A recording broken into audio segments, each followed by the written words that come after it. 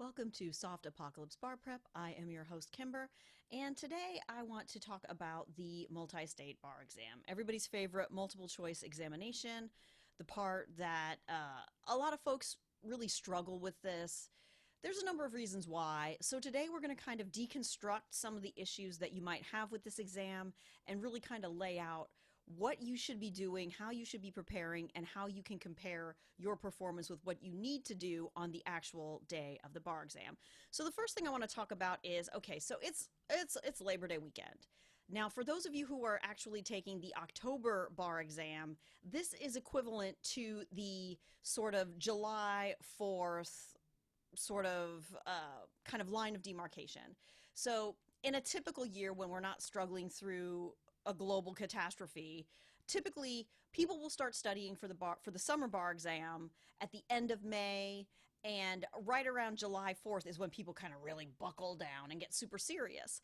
And there's a lot of reasons for this. Most people probably think that they're studying super hard for the bar exam the whole time, and maybe some people are, but for the most part, there's so much busy work assigned in your bar prep courses, and you know what I'm talking about: daily quizzes, little quizzes that you get at the end of watching a video, telling you to fill in some kind of sheet or some kind of a one sheet, or there's just tons of busy work.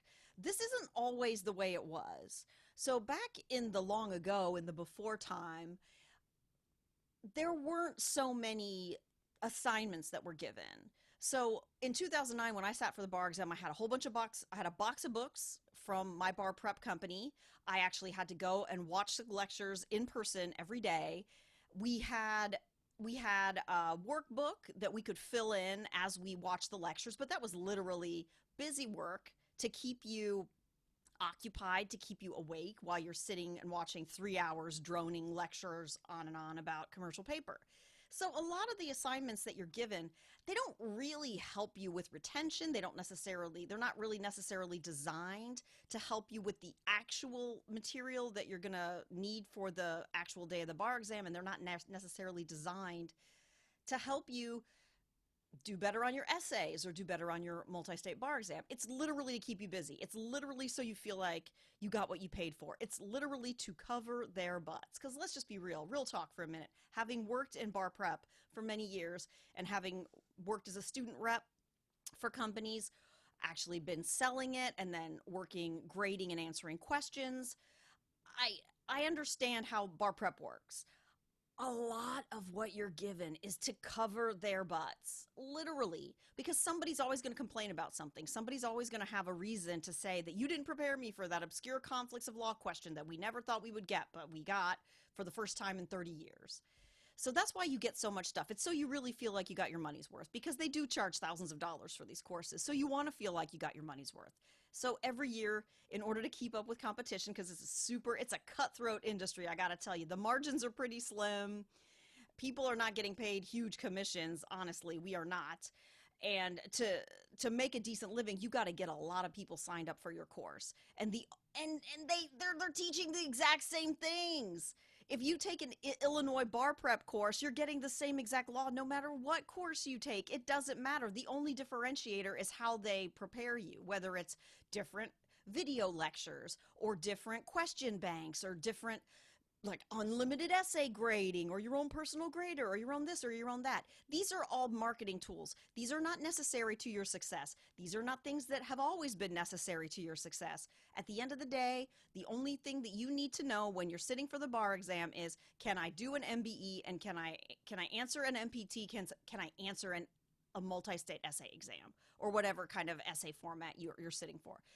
Those are the only things. When it comes down to it, it doesn't matter what course you take. They're all going to have what you need to pass. What you need to do is understand what's really important and to kind of sift out the wheat from the chaff. So that's what we're going to do today. We're going to talk about what's the actual wheat here. So we're talking about that July 4th demarcation line. Because those of you who are sitting for October still have a good chunk of time left, almost a month, maybe even a little bit more than a month before you're sitting for this exam, this is akin to your July 4th period. So if you're feeling frustrated, if you're freaking out, If you feel like you can't remember anything, that nothing's going in, that you're underwater, you're drowning, I can assure you that's completely normal. This is how you will feel at this point. You're only halfway through. Now, I get it.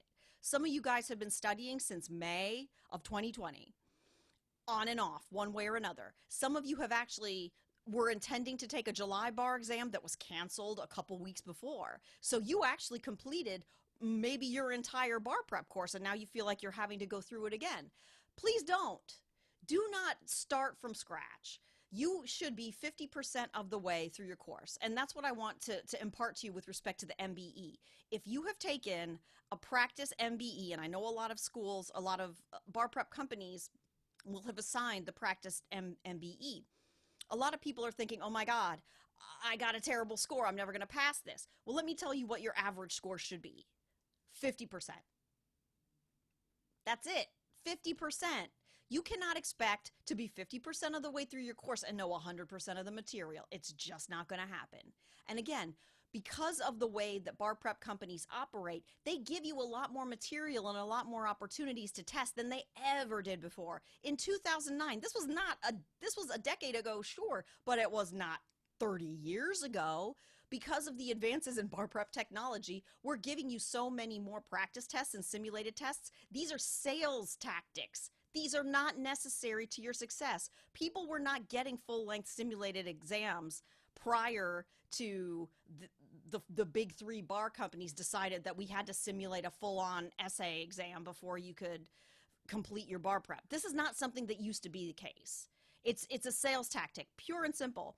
If you do not feel good about how you did in your test, that's normal, because who can be expected to pass an exam when they've only done half the course? You've only done half the course, even if you've done the whole course. Reboot, reset.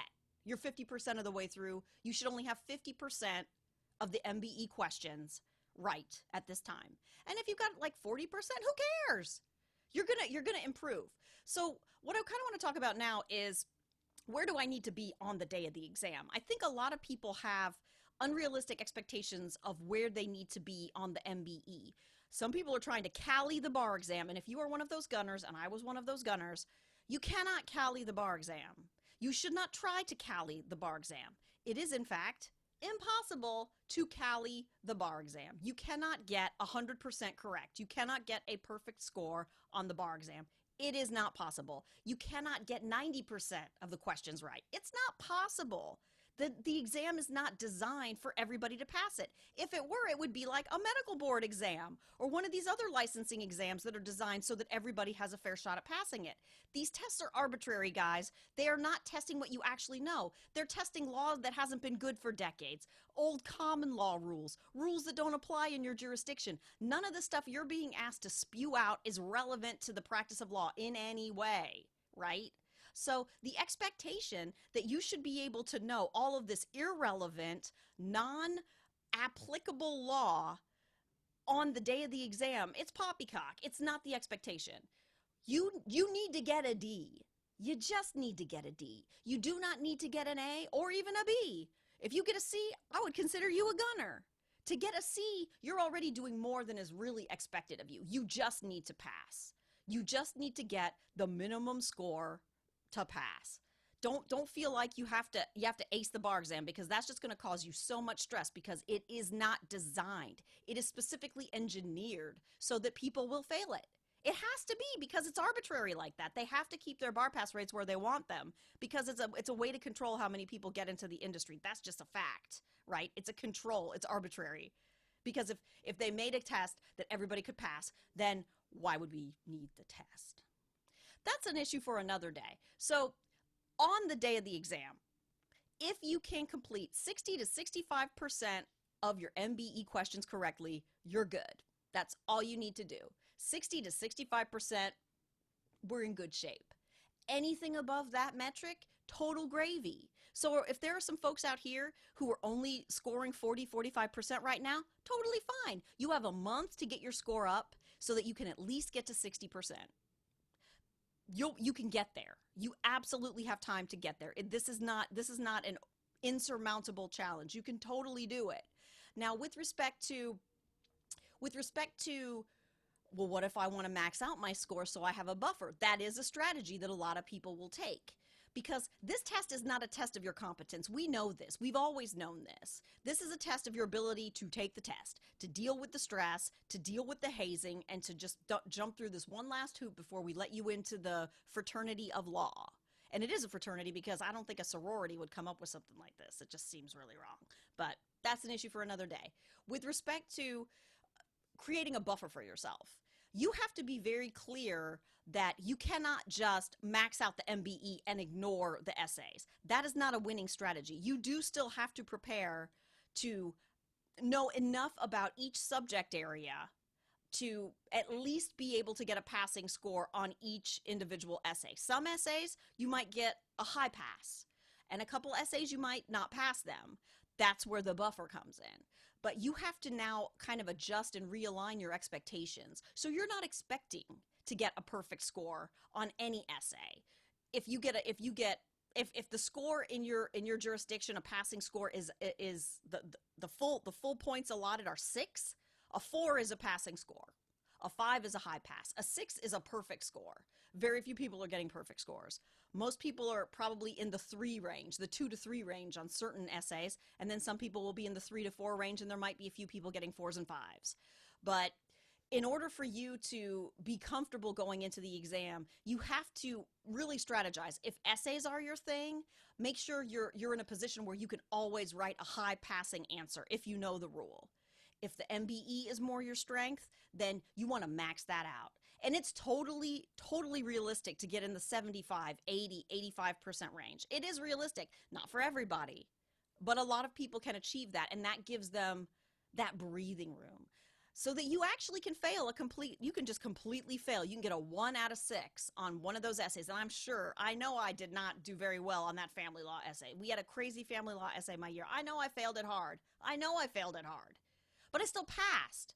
And largely that was because I strategized to get myself a big buffer. First of all, I was going to max out my MPT, and then I was going to max out my MBE. Now, okay, aside, y'all, real talk. The MPT, it's a mess, you guys. We saw some testing this week, the mock exams for ExamSoft, and I had given some instruction based on understanding that you would be able to do a split screen. It doesn't look like that's really the way it is now. I still think that with respect to the MPT, you're going to have to change up your entire, you cannot use your bar prep company's instructions on how to do the MPT because they have not given you instructions on how to deal with ExamSoft. They just haven't. And so I still think you have to flip the script on the MPT. You have to first figure out what the format is, and instead of creating an outline, create a skeletal format just like the task and run in, look for the rules, plug those in, and then try and find the facts and plug those in, and then move all that over to your answer section and just start fleshing it out. That's the best advice I have on that score. So I still think it's very important for you to try to max out your MPT scores because those are the easiest points that you can possibly get on the entire bar exam. Like the quality of your writing, you get points for that. You get points for following the format, following the directions. You get easy points. So now is the time to be going through all the different MPTs that you can, make sure you're clear on all the different formats so you can max out those points. Maxing out the MPT, maxing out the MBE is going to give you the ability to fail outright 1, if not 2 questions on the MEE.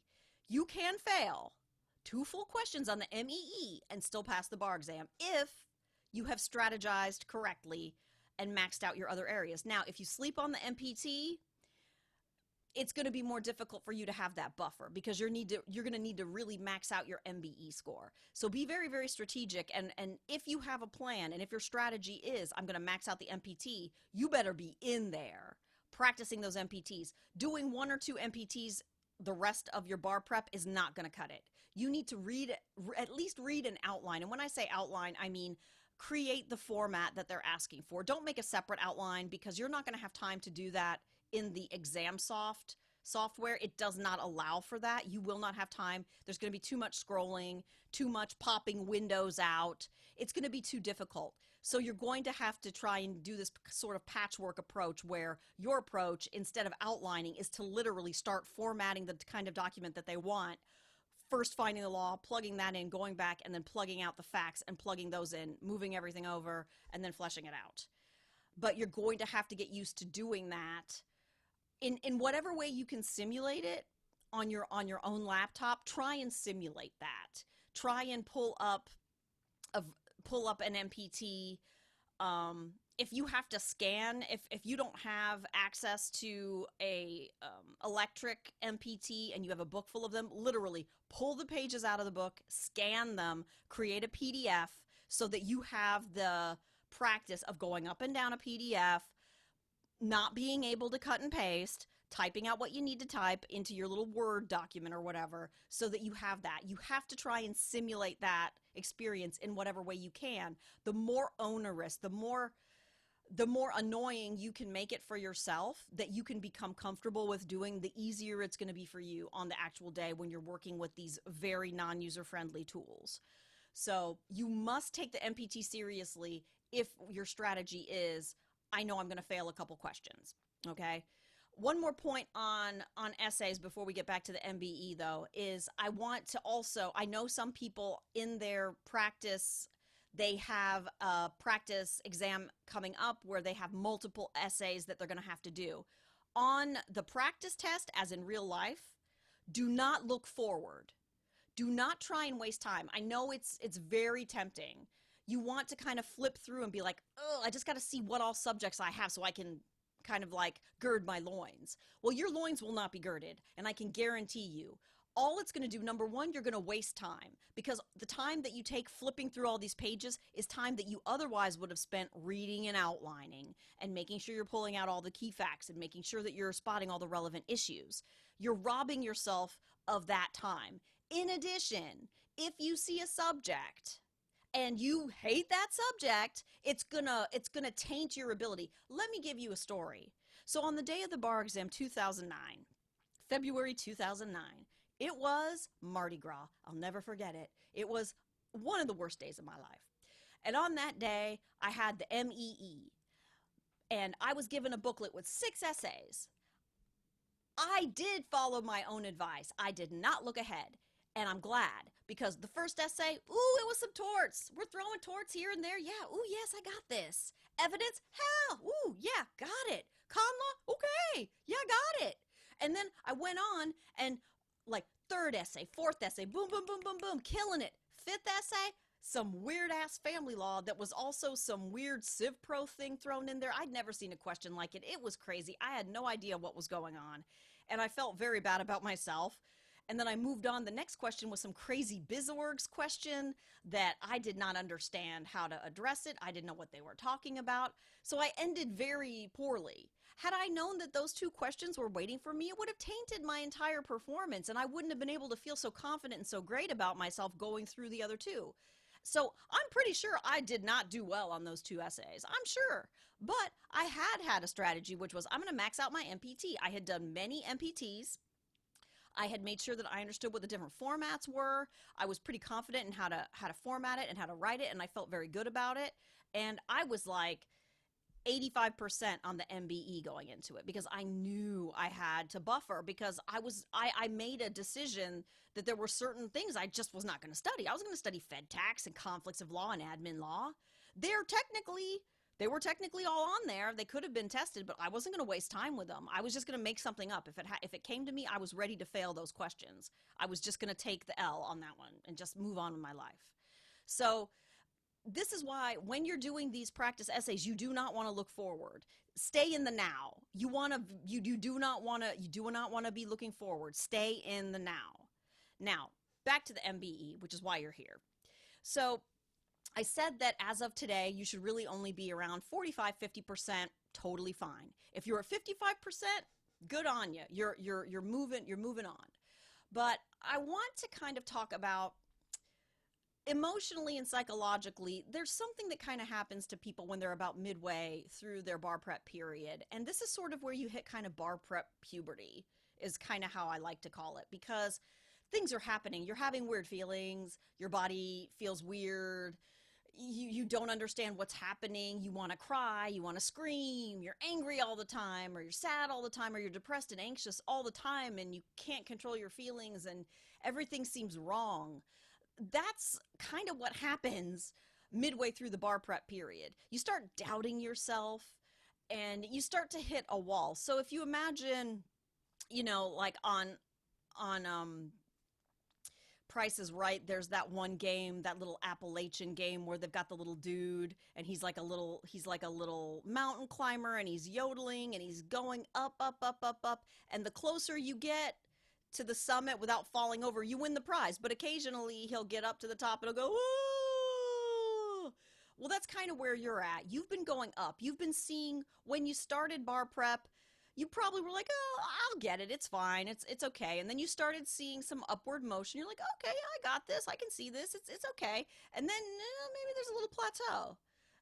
And you're sort of like, well, I don't understand what happened there, but like my scores they're not going down or anything, but they're just not really moving up. There's no forward motion. And then suddenly you're going to start to see your scores plunge. Why? Why is this happening? It's normal, guys. It's totally normal for you to hit your bar prep puberty and suddenly you feel like you don't know anything. You can't retain anything. You don't remember anything. Everything seems foreign to you. No matter what you do, your scores keep getting worse and worse and worse and worse and worse, and you just don't understand what's happening. Well, I'll tell you what's happening. You know enough law to be dangerous, and you understand how the test works in a way that you can also be dangerous. So we know most of us when we're taking an MBE question, we're pretty much always able to get it down to two choices, two of the sexiest choices. We know from our bar prep classes which are the distractor answers. We always know, for example, if they put some kind of really sexy Latin phrase in there, it's almost always wrong. If the answer says rule against perpetuities, you know it's wrong, right? So there's certain things that are meant to be distractors. They're meant to prevent you from picking the right answer. But by this point, you're always able to just cut those out. It's those last two.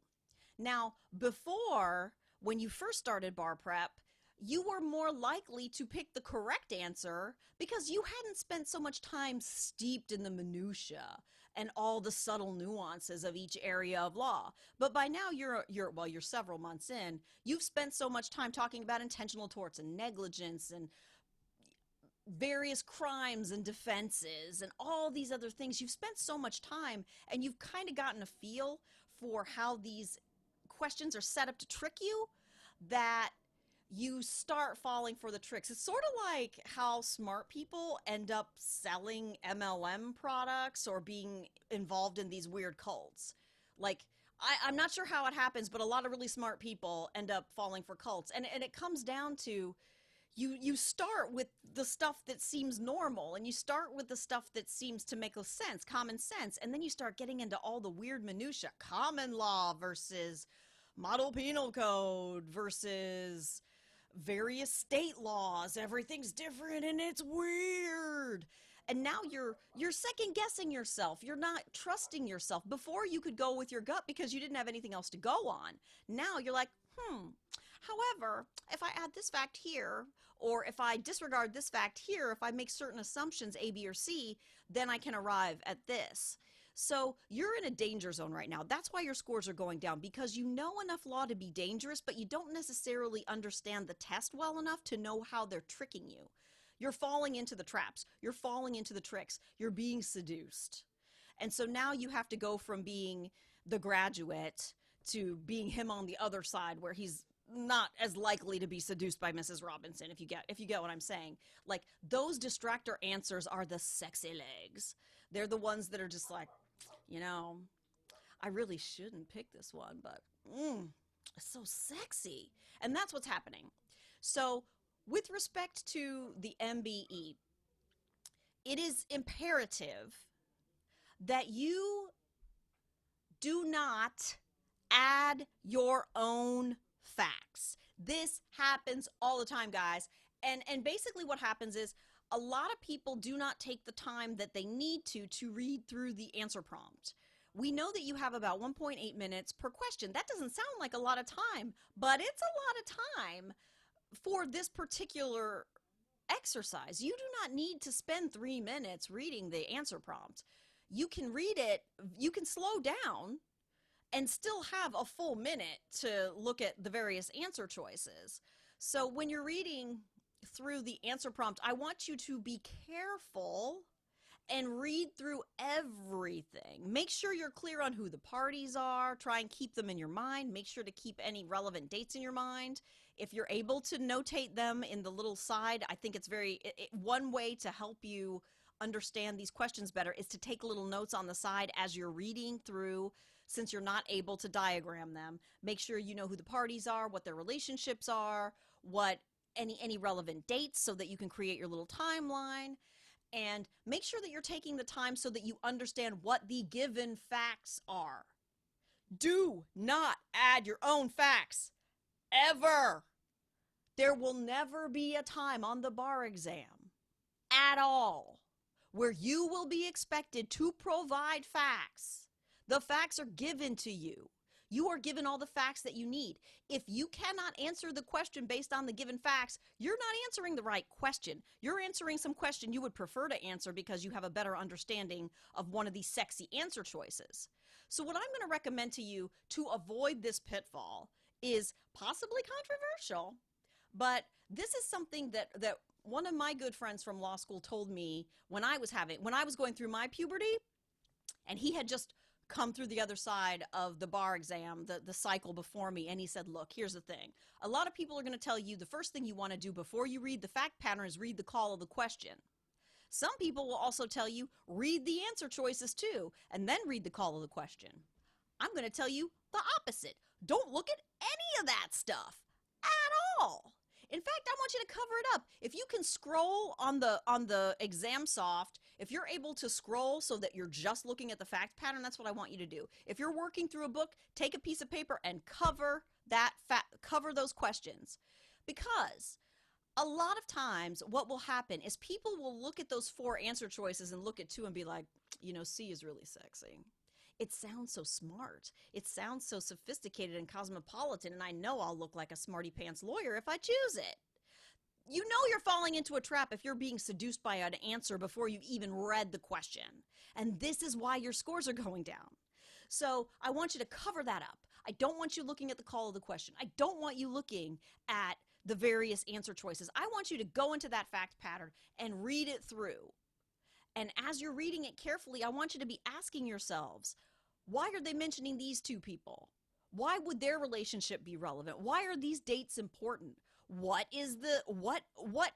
area of law is implicated by these facts? What issues are these facts raising? And by the time you reach the end of that, you should be able to anticipate what the question is. And I know that sounds like a lot of hard brain work, but you've done enough of these questions by now, and you've spent 3 years in law school, that you should be so comfortable with trying to draw out the legal issues from a fact pattern that you've never seen before, that this should be like second nature to you. This should be like mother's milk to you. You should be able to go through and be like, oh, based on these facts, I think we have some kind of an easement issue, or I think we have some kind of maybe it's based on the language they're using here, this looks like some kind of a manslaughter question. Okay, I'm not asking you to literally come up with word for word what the question prompt is going to be, but I want you to kind of get the feel of it, like in your bones, kind of have an idea. Like, I want you to be able to anticipate it. Now, the next step, I want you to anticipate what the right answer is. Don't look at the choices yet. I want you to anticipate what the answer should be based on the issue that you've identified. What should the answer be? And then I want you to read the question and look at the answer choices. Based on what you already have in your mind, there should be an answer choice that is very similar to what you had already anticipated. I know this sounds crazy. I know this sounds like cuckoo bananas, magic, Hogwarts. It's not. You know things that you have prevented yourself from demonstrating because you're letting the fear and the anxiety and the stress overwhelm your mental faculties. Fear is the mind killer, you guys, always, always. when you're afraid, your body releases cortisol and other stress hormones, and that prevents you from accessing your long-term memory. That's why when you sit here being freaked out, thinking that you don't know anything, it's a lie. You know things. You know a lot of things. That's why I want you to rewire your brain and stop depending on the way that we were taught in bar prep how to do things, because bar prep was created in a different world. We're living in a different world now. And it's a world that we're all still trying to figure out. So you can't use the techniques and the strategies that worked before. They're not going to work for you now. And there's already so many other things in your life to be so freaked out and scared about. To put the added pressure of the bar exam on it is just a whole different layer of crap. So I want you to trust yourself, trust your gut. You know more than you think you do, and you just have to let the law flow. Like if you watch Avatar: The Next Airbender or The Last Airbender, you know that at one point Aang's chi is blocked, and he can't achieve the avatar state because his chi is blocked. Your chi is blocked right now, guys. A lot of your chi is blocked because the fear and the anxiety is what's controlling you, and you are not in control. The fear is in control. So you have to acknowledge the fear, compartmentalize that fear, know that it's there. Sometimes touch it in the back of your mind and be like, yeah, I know you're there. I know you're there, but I'm not going to feel you right now. I don't have time to feel you right now. I can feel you later, but right now I'm just gonna let the law flow through me. Just like, so now my fire bending is loose. That's what we have to do. The bar exam is basically like learning all the different elements. Like at the end of this, you're gonna be a fire bender, water bender, air bender, blood bender, metal bender, chi bender, every kind of bender you can imagine, because that's what they expect of you. But for right now, if you only got a couple elements, you're doing great. You're doing very well. So that strategy that I just outlined for you, where you read the question, anticipate what the question is going to be, and then anticipate the answer, and then pick the answer choice that is closest to what you anticipated, that is going to work for you. I guarantee you it is going to work for you. Now, another thing I want you to think about when you're approaching these questions is, do not talk yourself out of the right answer. This is another reason why your scores are dropping, because now you know so much more law, even if you haven't acknowledged it in your front brain. It's in your back brain somewhere. You do know a lot of these things. You all took many classes. You took the ABA requirements if you went to an ABA accredited school. You took torts and contracts and CivPro and all these things. All of these things are tested on the MBE. That's why they test these mostly first-year subjects. Yeah, they throw evidence in there too, but whatever. That's why they test them, because pretty much everybody has taken these classes. You know a lot of these things. This information is still in your brain. And the additional information that you're learning in bar prep is just creating this big kind of soup. And you have to be able to pull out the individual vegetables, and it's very difficult to do. And that's why when you get between these two answer choices, in your gut, you want to pick A. You know A seems most close to what you anticipated the outcome of the question should be. But then you look at B and you're like, but if this, or this, or this, or this, or this, then B is the answer choice. Now, I want you to think about how these questions are designed. Remember, these questions are designed to trick you. So there's always going to be one that's just outright not right, because it's just a misapplied legal term of art, or there's another question in there that's going to not be correct because it isn't even dealing with the right area of law, maybe. So of those two, the question will be written in such a way that if you ignore certain facts or if you misinterpret certain facts, there'll be an answer choice that aligns with that. That's why it's so tricky, because it will lead you. It's like being the Scarecrow in the Wizard of Oz. I could go this way or I could go this way. Which way do I go to get to the yellow, which way do I get back to the yellow brick road? Which way goes to Oz? Which way goes to the witch's castle? And you initially pick the right path, but then you're like, yeah, but this fact here, if I think about it this, and this way, then it's the right answer. If you find yourself applying multiple layers of analysis to a fact pattern, or to a answer choice, and you're trying to rationalize why this answer choice is correct, I can guarantee you 9 times out of 10 you're going to get the answer wrong. If you find yourself having to convince yourself that a certain answer is correct, the likelihood is you picked the wrong choice. So from now on, what I want you to do is I want you to trust your gut. I want you to pick, at least for this next week going forward, just give it a try. I want you to just stick with your first instinct always. Do not pick another answer. Pick your first instinct. Do not waste time going over it and rehashing it and reliving it. This is not the good place where we have 800 reboots. I want you to pick the first choice and move on with your afterlife, right? Just pick the first choice and move on. Pick your gut. A lot of times, the reason your gut is right is because the information was already in your head and you just don't have fear blocking it. Your gut is your mind unencumbered by fear. As far as the bar prep goes, your gut is really your brain telling you the right answer, okay? So pick the gut choice and move on. Now, if you cannot, in good conscience, pick the question, the first instinct question, then what I want you to do is devise some kind of a notation system. Now, I know that if you're doing this virtually, you cannot write or scribble on it. So what I want you to do, and it's a little bit labor intensive, but it's going to help your score. I want you to get, like a notebook and a pen, and I want you to make a little journal. So literally, for every question, and you can just like you did when you were a kid and you had to do a quiz, and they're like, take out a paper and pen and number from 1 to 10.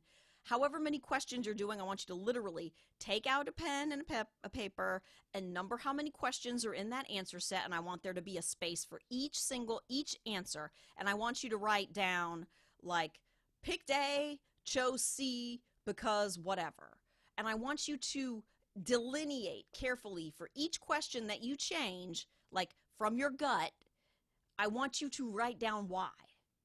And when you go back to grade it, you're going to see for the bulk of the questions that you've changed, the reason that you chose to change it, you fell into one of those traps. And so what I want you to get into the habit of doing is to start seeing through the test, seeing through the mind games and seeing it's a trap. Admiral Akbar, it's a trap. It's a trap. The MBE is Admiral Akbar's nightmare because it's a trap, it's a trap, it's a trap. 3 out of 4 of those answers are traps. They want you to fall into the trap. Do not fall into the trap. Get into the Millennium Falcon and fly out. Use your gut. Use the force. The force is your gut. It is your mind unbound by fear. And that's what you need to be doing right now. Free your mind and the law will follow, okay? So get those journals. I know this feels tedious and cumbersome, and yeah, it is, because you are not taking the bar exam in a normal universe. We are in the darkest timeline, and you're just gonna, we're possibly all dead. I don't know, but whatever's happening, if we're being tortured in the bad place, this is part of the torture, and you're just gonna have to deal with it until we figure out how to break through 800 cycles later. So for now, make your little journal, and I want you to take the time when you are looking at your MBE questions, you must review each and every one of those answers, not just the ones you got right. Every single, not just the ones you got wrong, every single one. And the reason that I say I want you to look at the ones you got right too is sometimes you guess. Sometimes you get it right, but for the wrong reason. And I want you to understand how to break through any of these little just kind of traps that are set that are more kind of logistical traps as opposed to more theoretical or substantive. Like sometimes you just give up and you guess. When you do that, I want to make sure that you are putting that in your journal, like, oh my God, question 14, guess. And if you want to put a little more information in there about why you had to guess, just like, don't understand rule against perpetuities, guess. That's totally fine. Nobody expects you to understand rule against perpetuities. It's crazy that they test it. I don't know why, but really very few people get it. And it's not going to come into many people's practice. So it doesn't really matter if you get it or not. Who cares? Nobody's going to think less of you. In fact, I think it's a badge of honor that I never learned it. I just like, oh, I recognize this is a rule against perpetuities. Move on with my life. I got other things to do, like these 33 other torts questions that I know I'm going to rock. So make sure when you're guessing that you're putting that in your journal. Make sure if you're changing your answers, you're putting it in your journal. Make sure if you're having an issue figuring out which of the answer choices are the ones that you should be isolating. If you're having trouble with that, write it down, because you need to understand where you're going wrong. And it might be the format of the test is problematic for you. It might be you're just not very strong on these types of standardized tests. It might be that you didn't do so great, or your professor just didn't spend a lot of time on intentional torts. Some professors spend very little time on intentional torts and spend all their time on negligence. Some professors spend 4 weeks on, various, like my property professor spent like 2 weeks on intellectual property for some reason. We never learned mortgages. I didn't learn anything about mortgages till the bar prep period happened. So you know who you are. And a lot of you guys, especially people who've gone to really fancy schools, those ABA accredited classes tend to be super duper theoretical and don't seem to like ever distill down to like, well, what are the elements of intentional infliction of emotional distress? You never get to that, but you talk about all kinds of crazy theoretical stuff. So this might be the first time you're actually seeing these rules of law. So make sure that you understand why you're having a struggle, because the first step in getting help is, first of all, admitting you have a problem, and you don't know what your problem is if you cannot articulate that problem.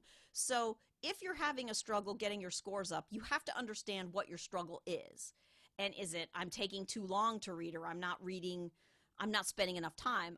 And my advice is slow down. There's no reason to be racing through MBE questions right now. You do not have to be doing them under timed pressure right now, especially because we're changing up the format and you have to figure out ways to deal with that. I want you to take the time to slow down and read for content. Think about, why are these various facts relevant? What is the area of law? What is the issue that is being raised here? What do I think the question is, and what do I think the proper outcome should be? Isolate the answer choice that most closely resembles what you came up with and move on with your life. But make sure you're taking notes in your journal. So we've talked about kind of the sort of life cycle of the bar exam.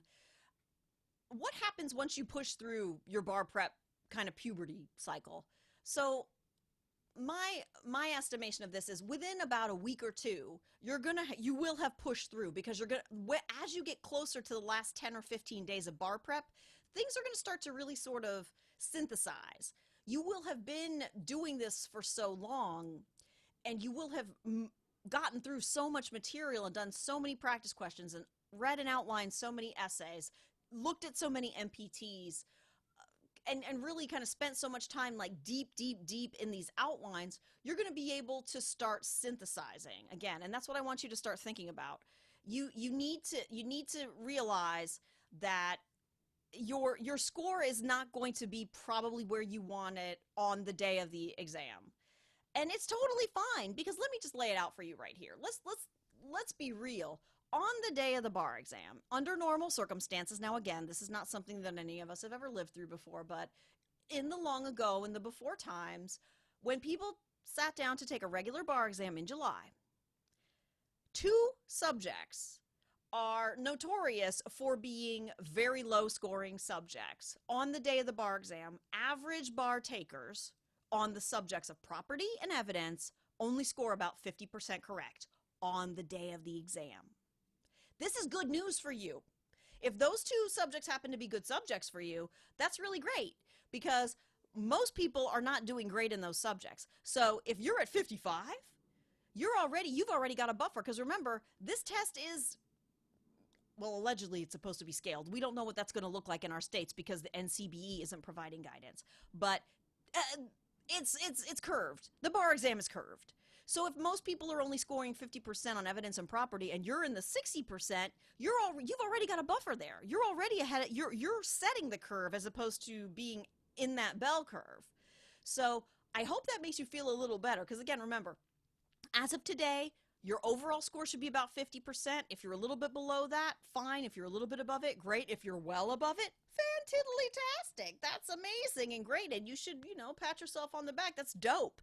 but your work is not done because it is possible to peak too soon. Now, I want to really warn you, if you're one of those folks that goes really, really, really, really hard on the MBE and your strategy is I'm going to get a perfect score on the MBE, this is not a good plan for you because you might peak too soon.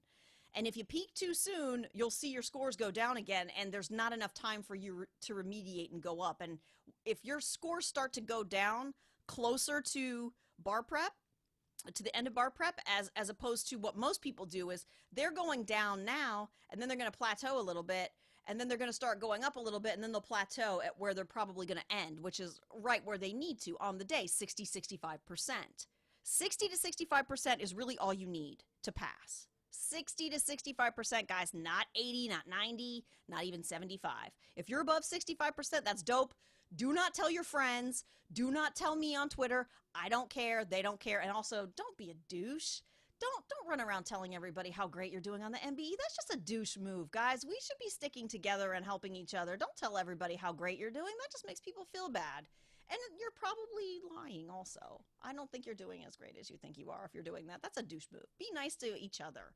And don't brag about having one, because sometimes you might get 100% right on a quiz. That's great, but it's never going to happen on the bar exam. You're never going to get 100% right on the bar exam, and that's not the expectation. So just be nice. Just be nice, and don't run around trying to compare your scores to other people. But do know, if you are above already the 60 to 65% metric, that is great. You are set up well for success. You're on the road to success. Keep doing what you're doing. You're doing it right. You don't have to change your strategy. Whatever's doing for you, it's working. But for the rest of us who had to kind of break through bar prep puberty, it's going to take us a little while longer to get back on track. So just know it might take you a good week or two to start seeing your scores rise up and kind of flatten to where they need to be again. Don't freak out.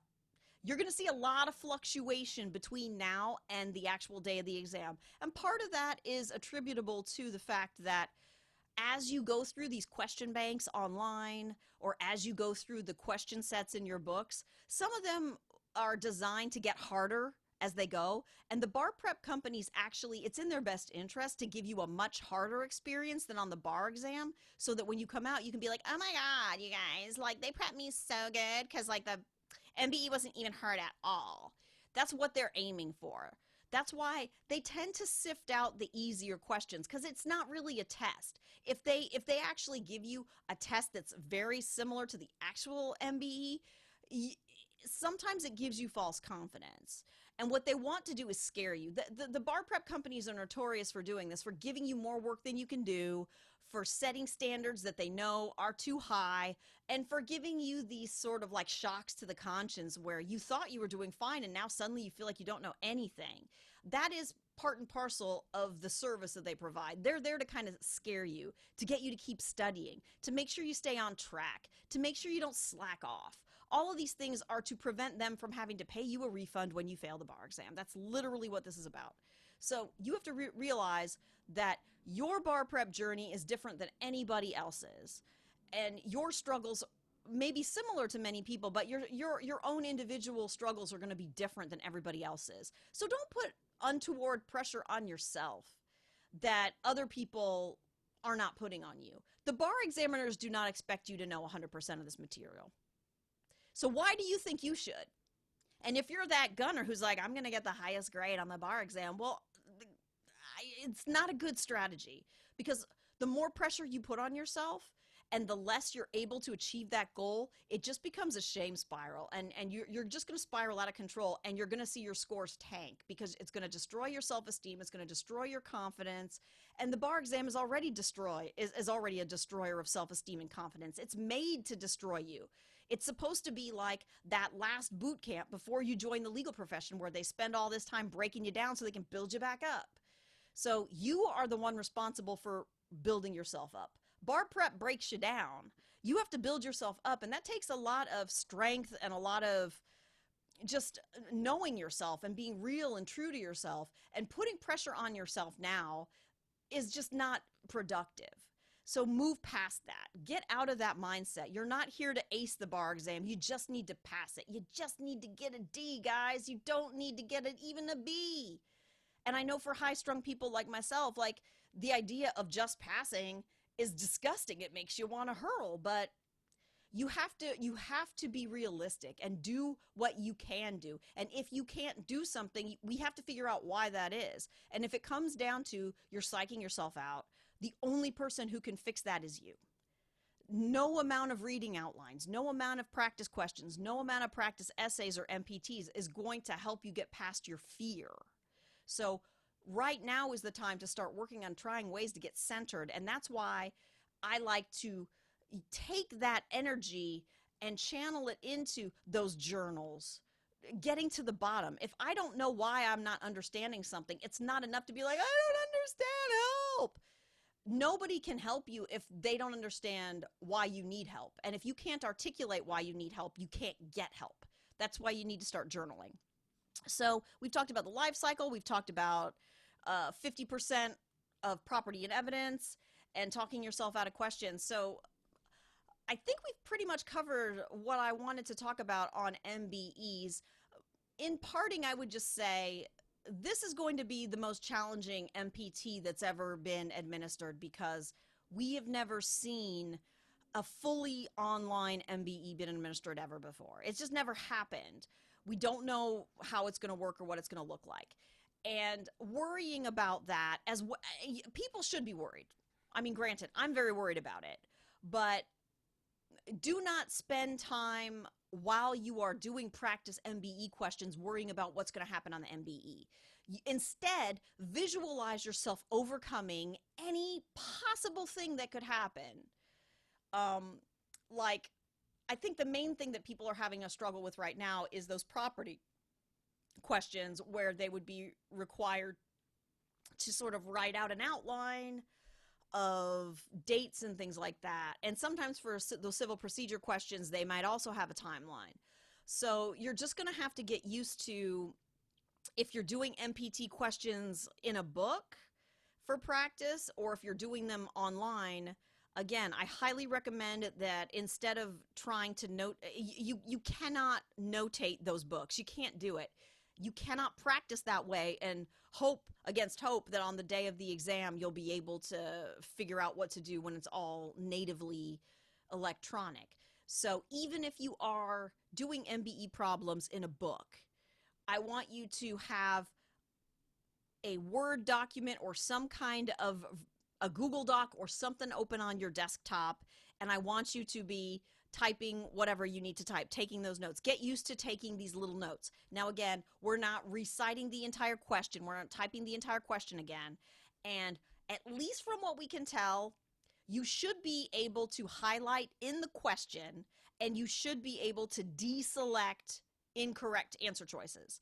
So you'll still have the ability to cross out answers that you don't want to consider, and you should be able to use the highlighting. Now, we have seen reports of writing being delayed, like there being like a lag when you're trying to type. So be prepared for there to be a potential lag on the actual day when you're writing your notes. Honestly, I feel like if you can get to the point where you can do these calculations in your head, that is ideal, but I know a lot of folks are neurodivergent or have ADHD, and this is just not the way that they usually prepare, and they're also not going to be given accommodations because in order to do your accommodation, you have to do an in-person test, and that's just not realistic for a lot of folks. So if you are a person who absolutely needs to take notes because that's the only way that you can learn, make sure that you are sort of envisioning how you're going to overcome a lag in the characters coming up or a lag in when you select and highlight things. So do not let that fluster you. Just start visualizing yourself being like, oh, there's a lag. Okay, well, I'm just going to deal with it. And just keep typing. Because a lot of times when you're typing and there's a lag, it'll just catch up with you. So just get used to thinking about how you're going to overcome these things instead of being like it's gonna destroy me and I'm going to get too flustered to move on. I want you to start seeing yourself succeeding each time. Oh, it's a lag, no problem, I got this. Oh, it's taking too long to highlight, no problem, I got this. I can keep thinking about the question. we still don't know what the technological issues are going to be on the day. We can't control that. The only thing that we can control is how we prepare. So that is why I want you to try and simulate as many of these issues, and you can successfully overcome them, so that you know on the day of the exam you're going to be in good shape and you're going to be able to overcome any of these issues. So that's the end of today's episode. If you have more questions about how to address the MBE, you can at me. I am at 420 Attorney Chicago. You can follow me on Twitter. Put a question in the comments here, or hit me up on Twitter. I'll be very happy to help you out with that. And if you're looking for coaching, I'm definitely happy to do some coaching calls free of charge, of course. And this has been another episode of Soft Apocalypse Bar Exam. We'll see you next time.